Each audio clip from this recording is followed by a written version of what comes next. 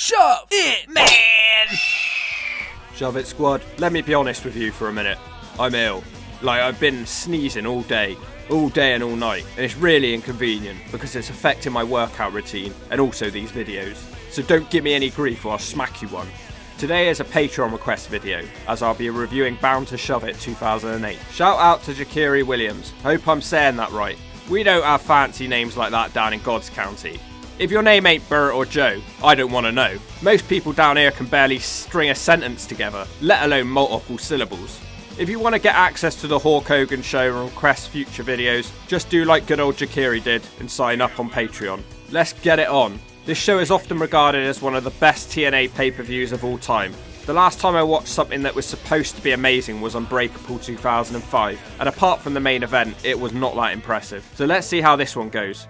This show is coming to us from Chicago, Illinois, in front of a crowd of around 5,000 people, and had a buy rate of 35,000, so that's an impressive start straight away. There's a cool opening to this show with all the wrestlers dressed up in a mob gimmick. Unfortunately, they don't touch on this again during the show, which is an opportunity missed in my opinion. They should have had AJ Styles pinning down Samoa Joe and shooting him in his fat belly with the Tommy gun. Anyway, it's always great to get out of the impact zone. Those crowd members are so boring. The TNA roster is extremely strong here. It's the company at its very best. They had even just released their own video game, which is really a stamp of approval. Unfortunately, a lot of people who bought the TNA game didn't value it, and they gave it their own stamp of approval by putting their foot straight through the disc.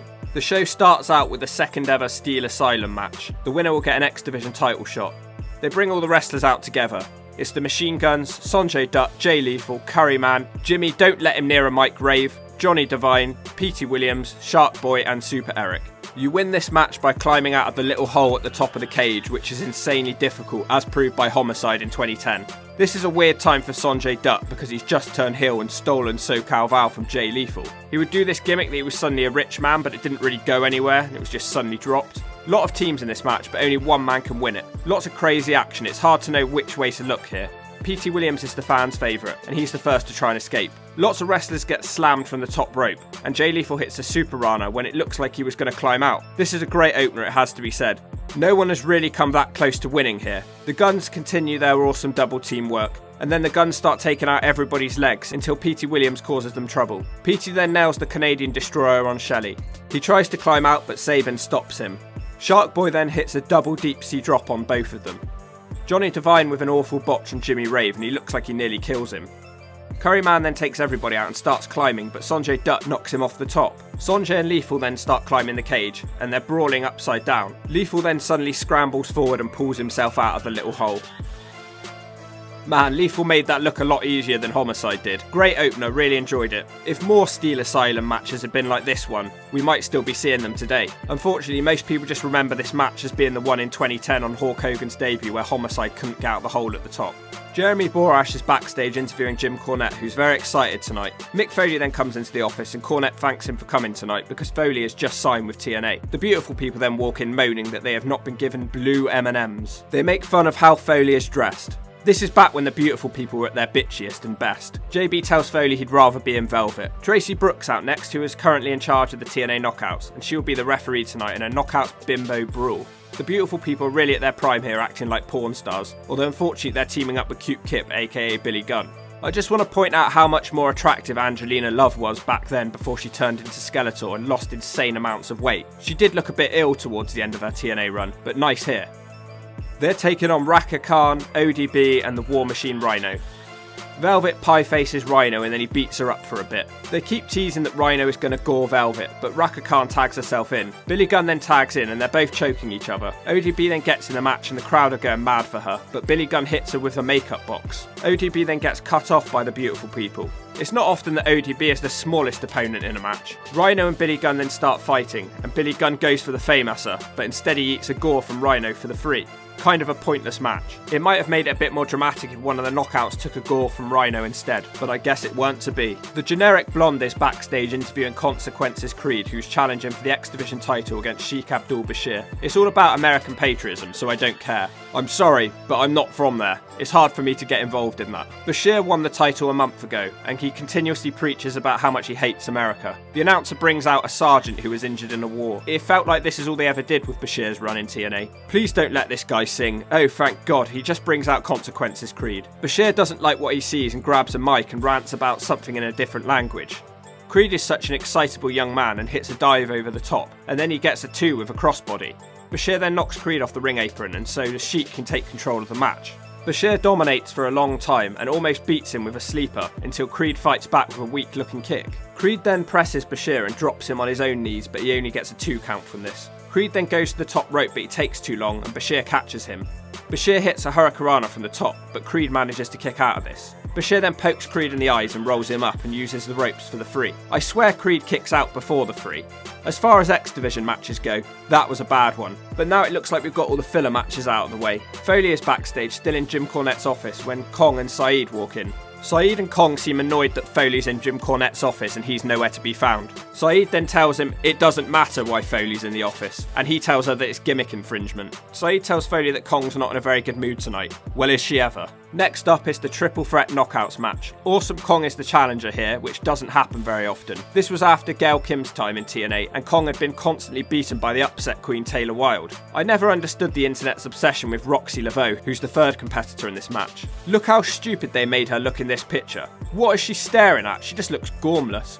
Maybe she was high. Taylor Wilde was my favourite knockout around this time. She had it all, looks, wrestling ability, and the title. Although it has to be said this was around the time she would have been working in the Sunglasses Hut to afford to have enough money to live. Taylor Wilde and Roxy worked together here for a while to take out the much bigger Awesome Kong. Roxy and Taylor then start fighting each other and there's some really good action. Kong then runs back into the match to spoil their fun. Taylor then almost pins her. Roxy then does pretty well against Kong and almost pins her too, but Taylor Wilde breaks it up. Taylor Wilde then gets absolutely flattened. Awesome Kong hits the implant buster on Roxy, and then she takes Taylor Wilde out as well. Pretty sure Roxy doesn't have implants, so it's just a buster. Taylor Wilde then hits the German suplex and pins Roxy for the 3 out of nowhere. This match was going really well, but it needed a bit more time. Let me know down below though. Please tell me what was so good about Roxy Laveau. She's really not that good at wrestling, she has no cool moves, and her personality is that she's hardcore. But what does she really do that's hardcore apart from getting shaved bald? Also, she has freakishly long arms. She just wasn't my cup of tea, but try and convince me otherwise. Next up, it's a 4 tag team Monsters Ball match for the titles. This is only the 5th ever Monsters Ball match, and there'll be countless more in the coming years. It's then announced that Mongo from WCW will be the enforcer. He comes out to Amazing Red's theme music. Jesus, what happened to him, and what the hell is that haircut? He looks like Joseph Park.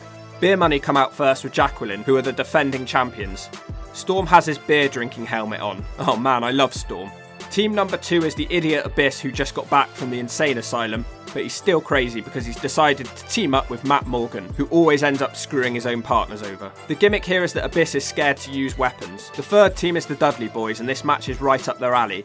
The 4th and final team is Homicide and Hernandez, LAX, so a good bunch of tag teams in this match. Homicide hits the tope over the top rope on Beer Money, and then Hernandez hits a dive himself. The Dudleys then start using weapons to get on top of the match. Homicide then fights back with a fork on Devon to bust him open. Homicide then gets taken out by Abyss with the shock treatment backbreaker, before Bubba slows him down by hitting him in the nuts with a cheese grater. Storm then kicks Ray in the back, and then Rude snaps his neck from the top rope. What's funny is Mongo has an incredibly slow count for some reason. Morgan then suplexes them both. Abyss goes to chokeslam Rude before getting distracted by a bag of thumbtacks, and then Mongo takes the bag away for some reason. Storm then puts his beer drinking helmet back on and challenges Mongo to a 2-point stance, but Mongo just clotheslines Rude. Nice to see an impartial ref here. Morgan nails a dive from the top onto everybody. That was quite cool to see. The Dudleys then fight Abyss up the ramp with weapons. I think I know where this is going now, I've seen this before. Bubba then attacks him with a staple gun. Abyss tries to take them out, but Johnny Devine runs out of a kendo stick to even things up. He's been allied with the Dudleys for a while because TNA's got nothing better to do with him. They set a table up and then they cover it in lighter fluid and set it on fire. Abyss is then thrown through the table in one of the most hardcore spots in TNA history. The flames went so out of control that Abyss has to take his mask off because it's on fire. The match ain't over though yet, as Hernandez hits one of the most painful looking kendo shots I've ever seen. Homicide then does really well against Beer Money, including hitting a DDT from the top. Mongo is still counting extremely slow, so at least he's consistent. Hernandez catches Storm from the top and slams him for the 2, and then hits another move and Homicide comes off the top for another 2. Hernandez then stacks Storm up on his shoulders and Homicide jumps off the top to hit him with a cutter. Jacqueline breaks up the pin and this causes Mongo to give her a spanking. Morgan then takes out Homicide in the ring and puts Homicide on the top, but Hernandez catches him and hits a border toss on Morgan. The Dudleys then hit the What's Up, but Hernandez sprints over the top to take them out. Hernandez has been really impressive in this match, it's built all around making him look good. Hernandez then sets up a table and covers it in tacks. He has trouble opening the bag, so Mongo has to help him out. This gives the Dudleys time to recover and they nail the 3D on Hernandez through the table. Storm sneaks in suddenly and spits beer in Devon's face, and then they steal the pin to retain the titles. Excellent match, really impressive stuff. Loved it. Next up is a triple threat between AJ Styles, Booker T and Christian. The story here is that Booker has just joined TNA from WWE and AJ is the TNA original and Christian is somewhere in between the two, so it's causing a bit of tension between the guys. Booker is out first with his wife Sharmell, who is carrying a briefcase with the Legends title inside, but this hasn't been revealed yet. Christian has constantly been told to pick a side, but he doesn't want to. AJ Styles was previously in Christian's coalition, but they certainly aren't together anymore. Christian is happy to let them both fight it out, and he tricks Booker T and then he attacks him. AJ then goes to get in the ring to fight Booker T, but he suddenly moonsaults onto the outside and onto Christian. AJ is then taken out with the briefcase. Booker T and Christian then fight in the ring, but Booker keeps getting the better of him with his kicks. Christian briefly stops his dominance with a small package, but he kicks out of this. There's then a botch between Booker and Christian, I'm not quite sure what happened. AJ then gets back in the ring and takes out Booker with a springboard clothesline. AJ then goes for the Pele, and then there's a beautiful series of moves here. Man, Christian and AJ are always awesome together. AJ then manages to hit the inverted DDT on Christian. Booker then almost hits the scissors kick on AJ, but he reverses it into a submission.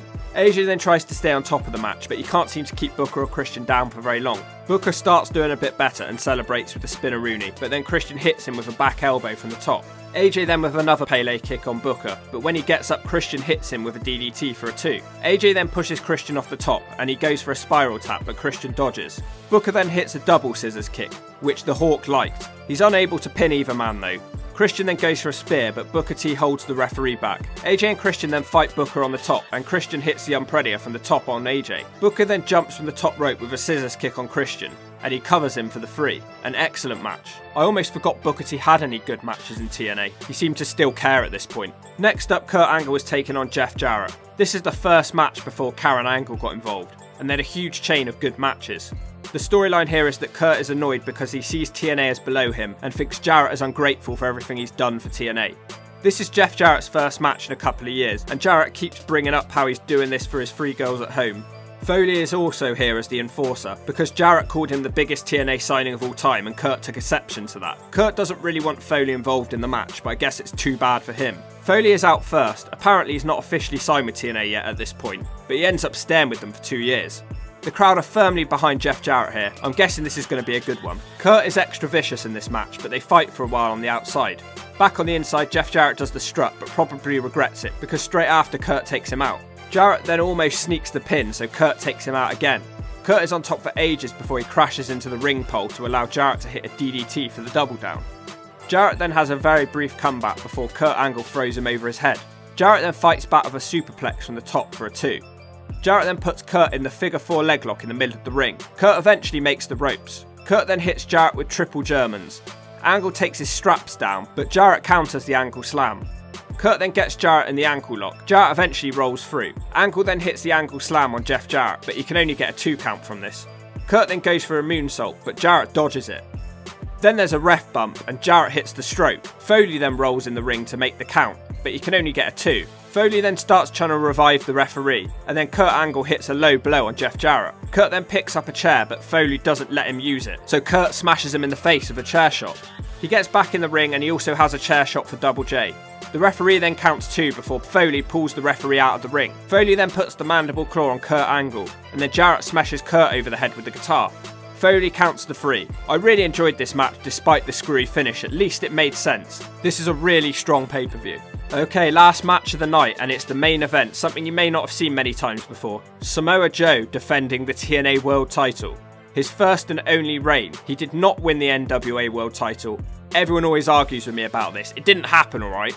Sting is the challenger, and he's out first. He's been waging a war of respect against Joe.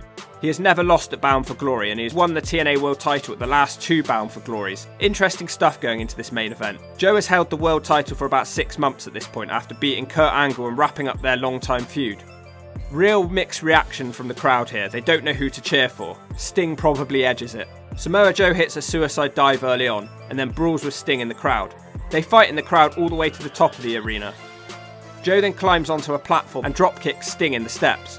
That looked more painful for Joe than Sting. Sting finally starts to fight back in the crowd, and Sting hits a dive onto Joe as both men crash into a pile of chairs. Sting then takes too long to celebrate, and Joe crotches him on a wall and then kicks him. They finally make it back to the ring after brawling in the crowd for a good 5 minutes. I'm really enjoying this match. Not being in the impact zone is really adding to the show's feel. Back in the ring, Joe hits a kick on Sting. Sting then fights back with a jumping DDT. Sting then hits a huge splash for a 2 from the top. Joe powerbombs Sting for a 2, and then he rolls straight into an STF. Just gonna say it right now, this is the best Sting match I've seen in TNA. I didn't expect these two to match up so well. Joe then flips someone off and turns it into an armbar, until Sting makes the ropes. Sting tries to mount a comeback, but Joe hits a snap slam. Joe is constantly taunting the crowd. I guess this is what it's like to have a motivated Samoa Joe. Sting then catches him with a Stinger splash, and Sting hits a weak looking muscle buster on Joe, who gets straight back up. Sting looks like he's in massive trouble here, but then Joe hits him with a Scorpion Death Drop, but Sting gets straight back up. The main theme running through this match is that Sting can't overpower Joe, and this is making Joe extremely confident. Joe tries to get the knockout victory, but Sting gets up. The crowd are at fever pitch here. Joe with loads of kicks, and Sting looks completely defenseless at this point. Joe almost gets the knockout victory again, but Joe starts battering him more. Kevin Nash then suddenly comes out. He is Joe's former mentor. Joe with a massive DDT that looks like it almost broke Sting's neck in half. Joe then starts arguing with referee Earl Hebner. This gives Sting a chance to wake up, and then he gets his baseball bat, but Nash takes it away from him. Joe then takes Sting's head off with a clothesline. Joe then almost takes out Earl Hebner, and then Nash hits Joe with a bat out of nowhere. Great, so they swerved us for no reason. Sting then hits the Scorpion Death Drop and pins Joe for the 3, just when it was getting interesting. Samoa Joe's first and only world title reign is over, and how ironic, because Joe has been screwed by TNA for years since. This is the start of Joe's TNA downfall, and it's only 2008. Joe was looking like a motivated, unstoppable machine here, and TNA dropped the ball on him so hard. An incredible match, but I can't help but think what this match actually represents in terms of Samoa Joe and TNA's obsession with pushing the veterans. That was a great pay-per-view though, thank you so much for requesting that, Jakiri. I think I'd probably rank that as the best TNA pay-per-view I've seen of all time, but if you think there's a better one, let me know. Just a little channel update before I go. I'm going to try and do Saturdays and Tuesdays for the future, and the next video will be on Tuesday. It'll be the top 10 black TNA wrestlers of all time, so see you Tuesday. It's a date. I'm the main character, and you can all shove it. It needs to be shoved, it needs to be shoved. It needs to be shoved, it needs to be shoved, man. It needs to be shoved, it needs to be shoved, man. It needs to be shoved, it needs to be shoved, man. It needs to be shoved, it needs to be shoved, Man!